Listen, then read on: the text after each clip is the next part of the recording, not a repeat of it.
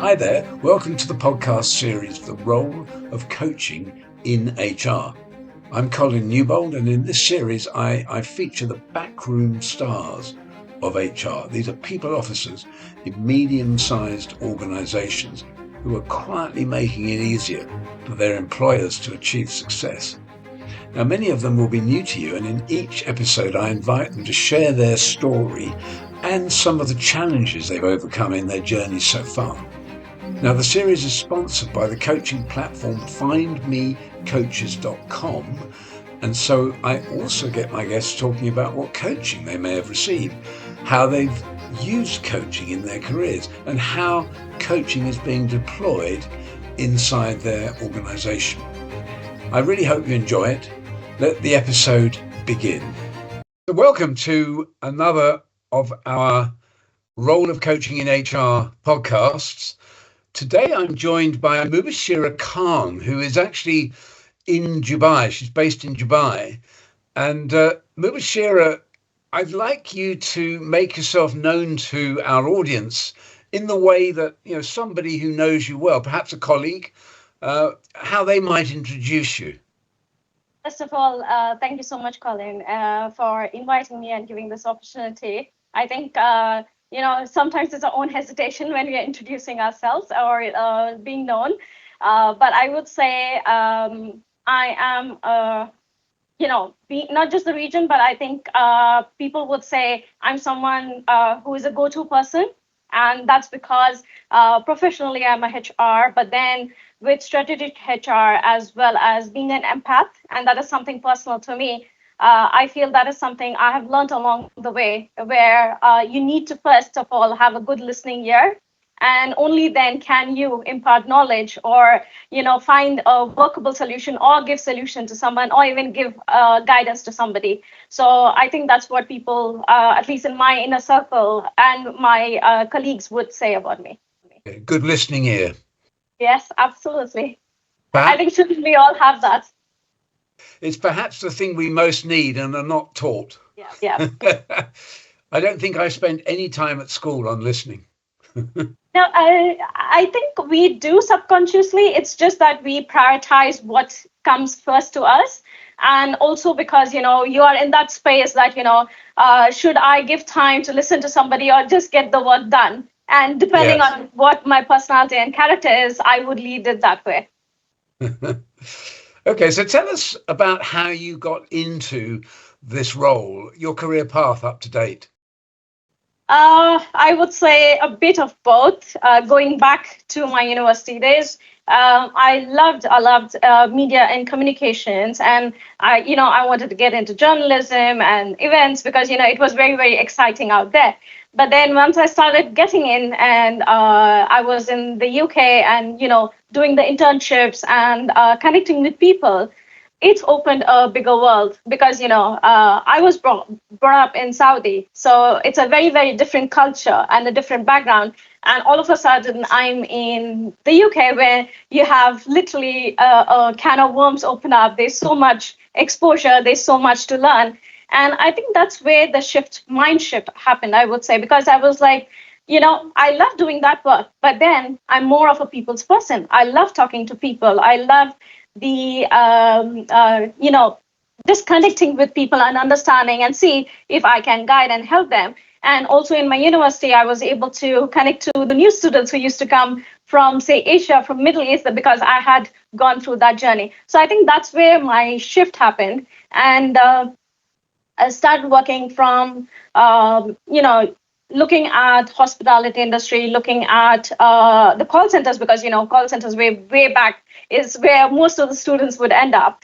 And then gradually it shifted towards HR, because I realized it is, for me, is helping people, but also I wanted to look at the organizational change, and also with people, how we can develop or how we can look at the growth module and move forward, is something that excited me. And from there, when I moved back, completing my, say, technological knowledge, but my master's, when I moved back to the UAE, I was like, this is what I love doing and I want to do. So initially, I started working with banking and finance.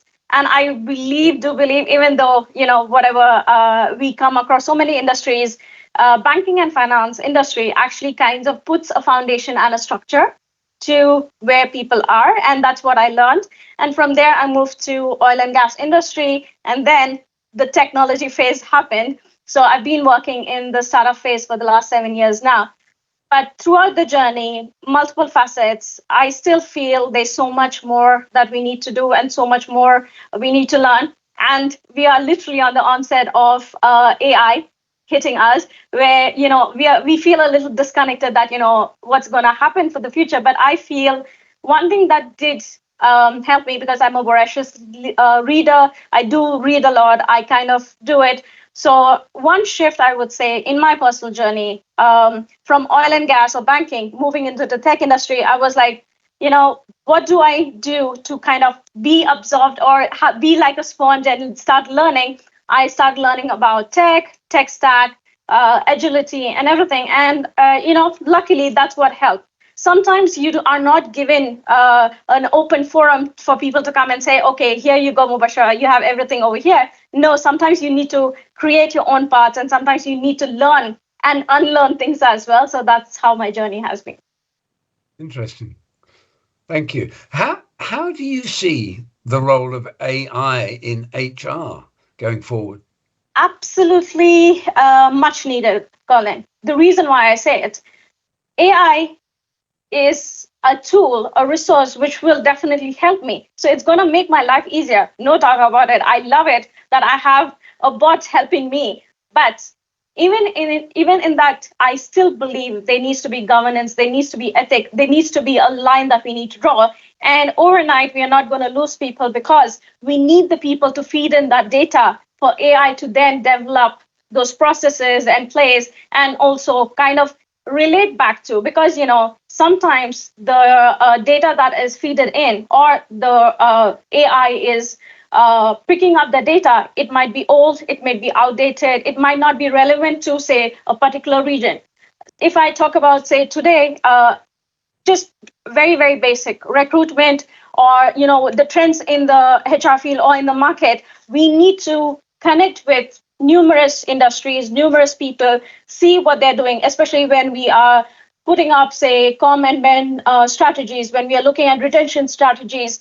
All this comes into play. As simple as a technology industry or tech software industry is very, very different to an oil and gas industry. Similarly, even though the mediums are different, but what is the final purpose to it, right? So I still need the people to be able to do that. But is it a lot easier today with AI? Absolutely, yes. Mm. So in the short term, at least, AI will be a sort of co-pilot to you. Absolutely, absolutely. I think it's more of an education piece.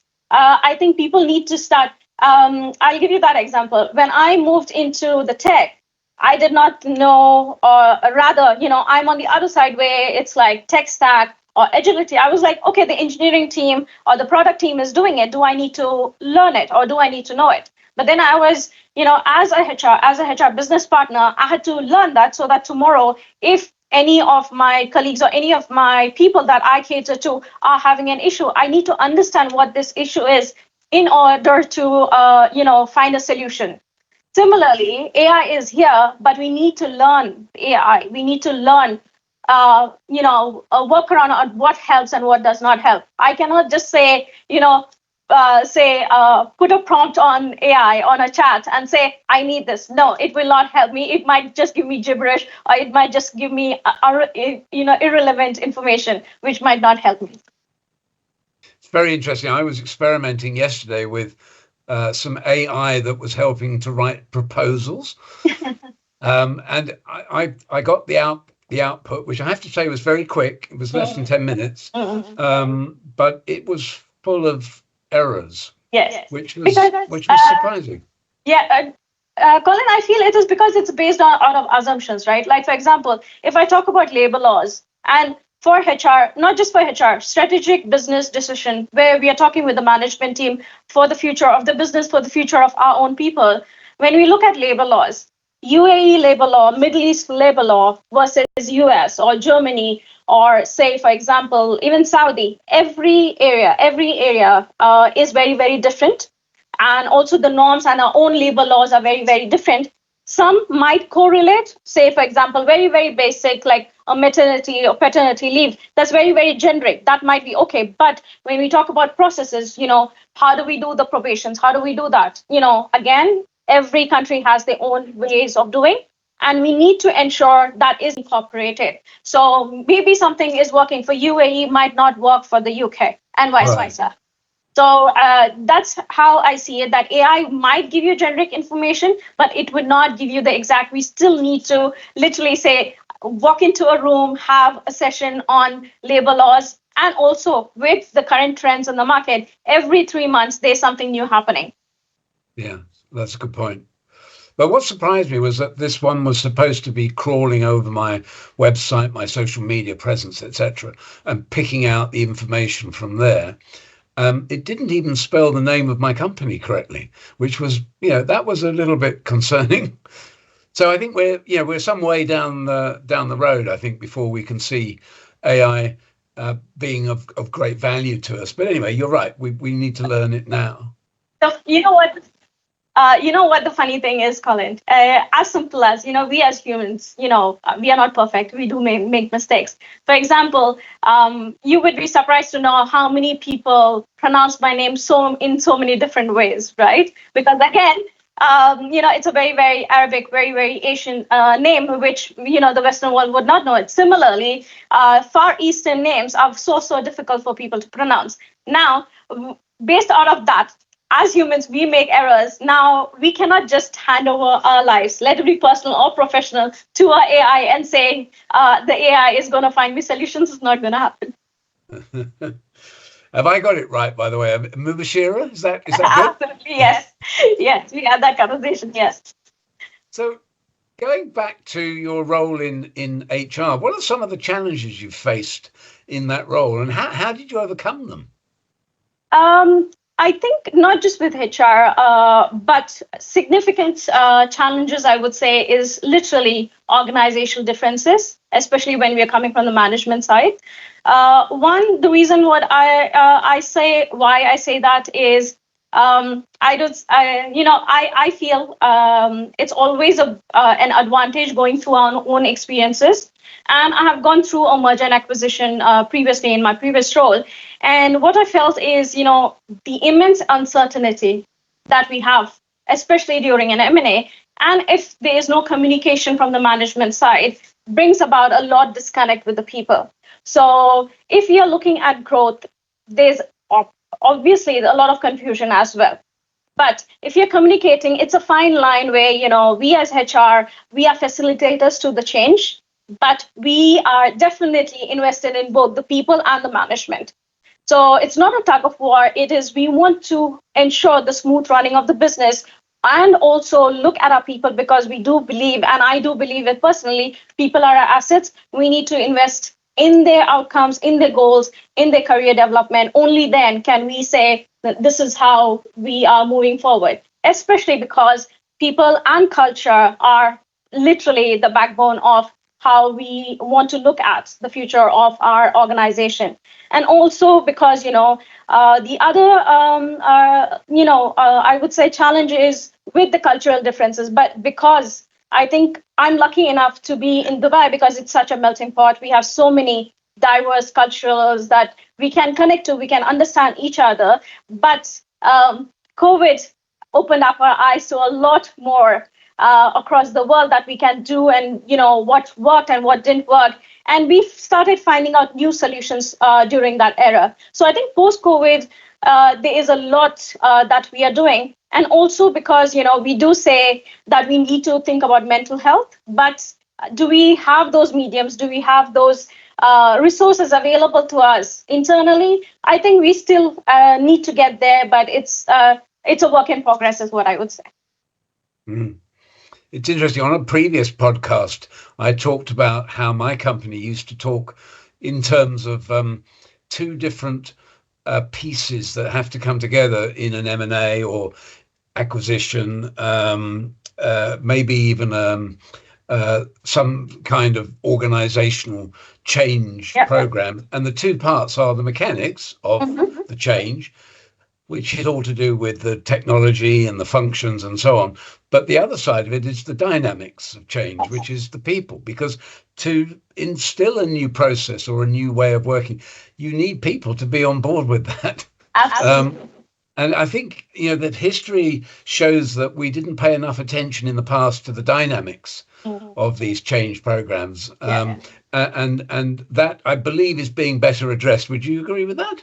It's getting better, Colin. Why I would say that, say, for example, even for the future of the business, we need those critical skills.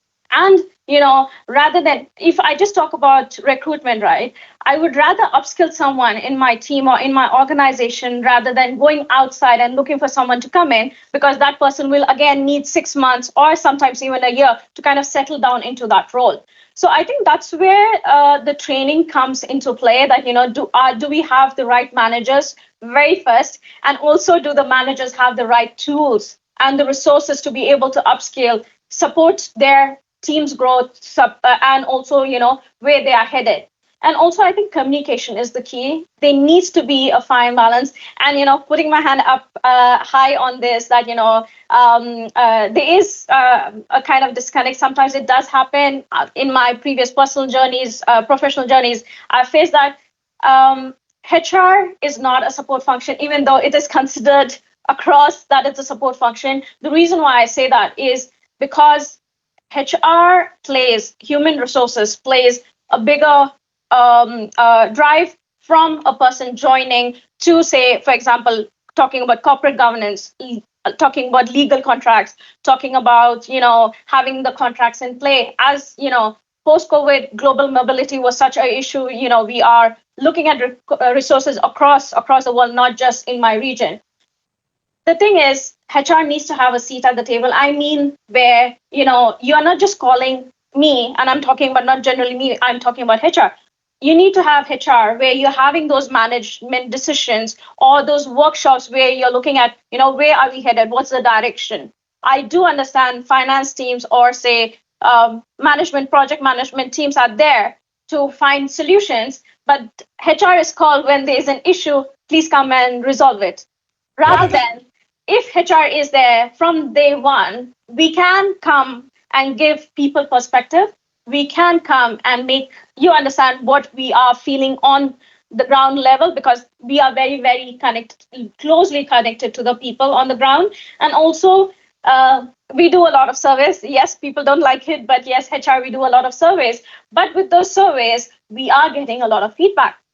And with that feedback, we need to incorporate that feedback and look at, okay, with this feedback, what can we do? It's not just an NPS score for me. It is valid reasoning or valid issues that are, or concerns that are being, voiced out by the people across. Why not look at, incorporating them in the future of where we are building, say, a roadmap, not just OKRs for the organization, but the roadmap that we are building. Why not incorporate them? That's how I would see it.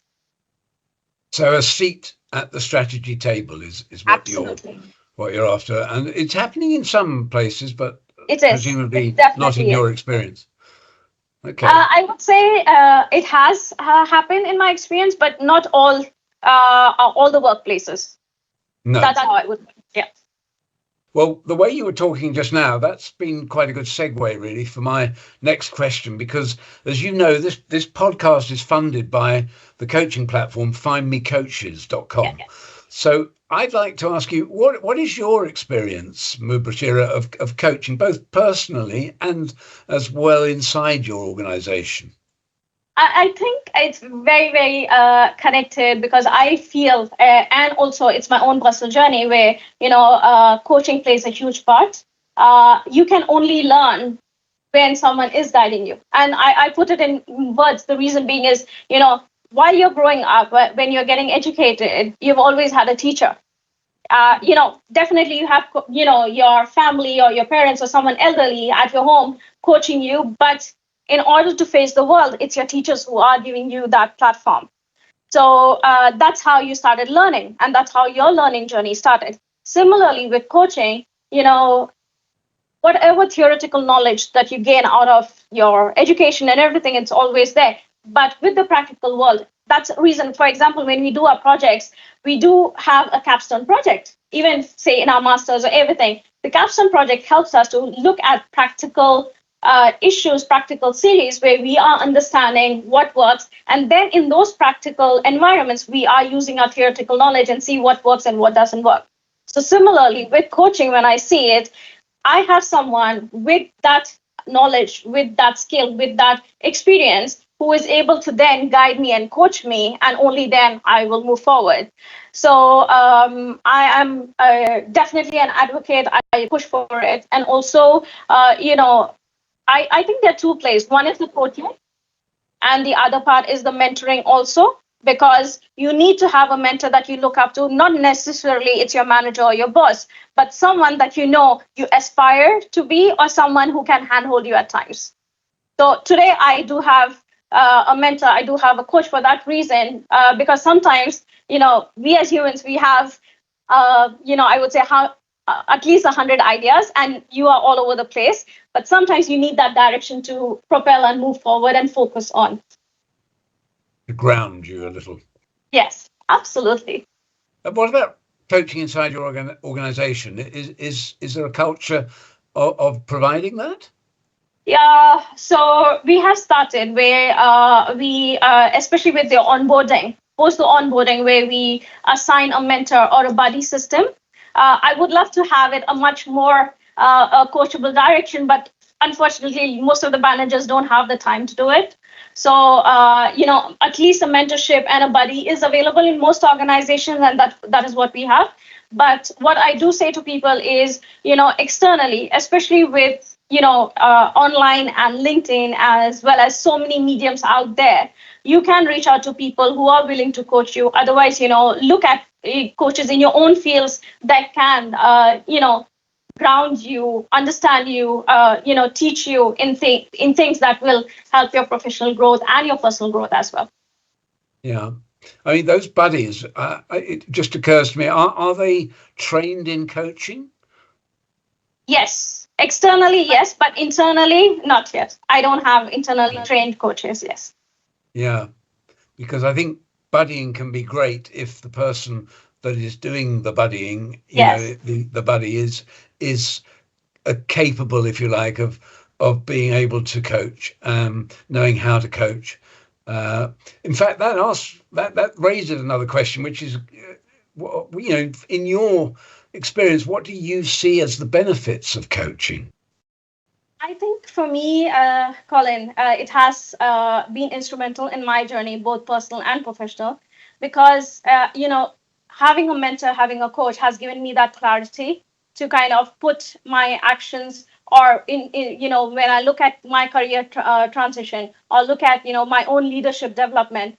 Um, we do learn a lot. Say back in our school days, we had teachers who help us, and then we look at our colleagues where we look up to. But also, when you join a new organization, it's a clean slate, and then we are bringing our own experiences and journeys, and then learning something new. Sometimes you need someone to handhold you, and I mean it in a very simple way. The reason being is because we can learn from both parties. I will learn something from that individual, and that individual will learn something from me. And that's how I do it, because you are looking to literally say unlocking your own potential that way.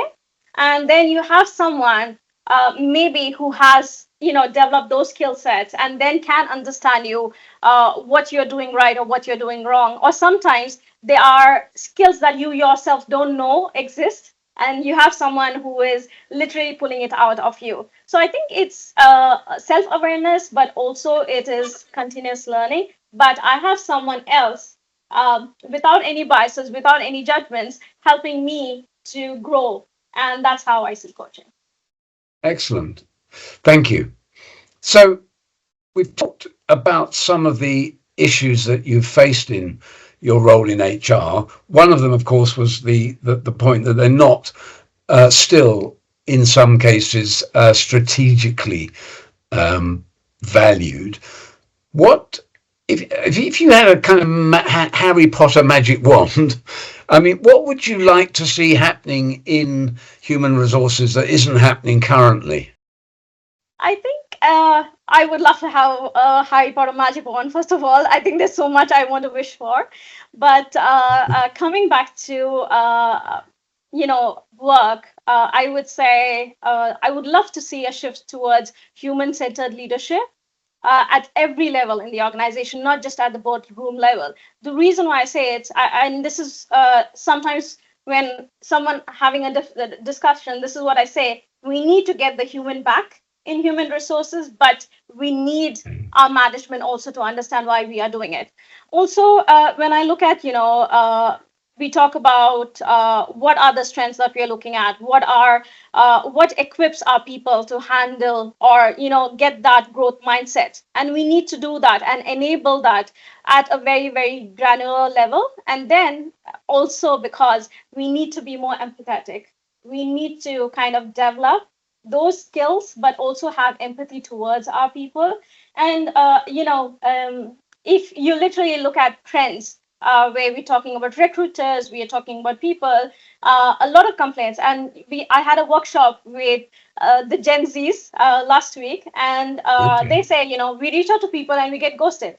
And I'm like, and I did pose that question to a recruiter in the room, and she said, I've posted a job and I have, say, 4,000 responses or people who have responded. How do I look at 4,000 CVs? So therefore, I'm using a system in play. I do get it. I think it is more of people to kind of understand that, if I do not cater to that job role, I should not be applying to that role, so that, Mhm. you don't miss out. And also, I think also from the recruiter side is, if someone is proactively reaching out, and I just don't say sending out a CV, is reaching out via an email or a LinkedIn or inboxing to you or sending you a direct message, take out the time to at least connect with that person, to Mhm. understand the background, to understand, does that person fit the role? Yes, no, and then reach out that person. At least have that time and that conscious effort to be able to do that. I think end of the day, we as humans, there is an obligation that we have, not just to ourselves, but for our future generations as well. Like, how are we creating a trend where we are saying that, it's fine to ignore people, it's fine to kind of just move on? It's, the ripple effect will always be there. So you need to change that narrative.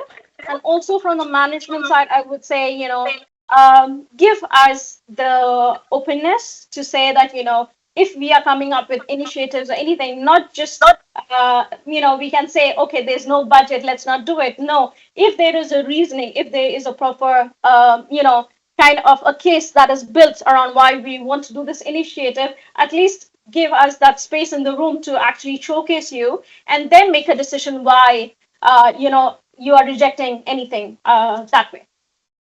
I think that's how I Okay. see it if I have a magical wand. Okay. So that first part was really about building emotional intelligence. Would that be fair? Absolutely. Absolutely. Yeah, which is still missing, I think. And well, I say that I'm being very global here, but yeah, it's missing at the C-suite level in my experience. The other thing So, that you mentioned, Colin, just to follow that, I would also say having a bias-free decision making. yes, interesting. Yes, So I would okay, say emotional removing the intelligence, bias. also removing all the biases as well. Yeah, good point. Yeah, yeah. By the way, the recruitment piece, Mhm. the 4,000 applications. I guess AI could help us there. I think it's already starting to do that. That seems like AI screening seems like a very sensible way of using AI Well, in the short term. the stories that we are hearing is, I would say, as always, the good and the bad, right? So Okay. people are saying, and this was because we have GITEX over here, and a lot of startups of workshops have been happening this week, and there is a lot of good happening, but also, you need to see on the not good parts as well. I would say I put it there in a very, very nice way. Is that people feel first I was getting rejected by people. Now I'm even getting rejected by a bot or by an A AI. robot. Yeah. Okay. And maybe the technology is not quite there yet, but All right. Well, look, thanks ever so much for all of that. I really appreciate the time you've given me, Mubashera, and I thank you for all your wisdom shared this morning. So, pleasure. Thank you again to Mubashera Khan, who talked to us this morning from Dubai. You take care, Mubashera, and we'll see you soon. Thank you, Colin. You have a good day. Bye-bye. Bye-bye. Well, I hope you enjoyed that insight into my guest and their organisation and the role of coaching there. Now, the series is sponsored by the coaching platform findmecoaches.com. And if you want to find out more about how you can access our community of coaches, then I invite you to check out our website at www.findmecoaches.com. Or you can email info@findmecoaches.com. Or why not call us on +44 if you're outside the UK, and then 0203 988 6666. Thanks for watching.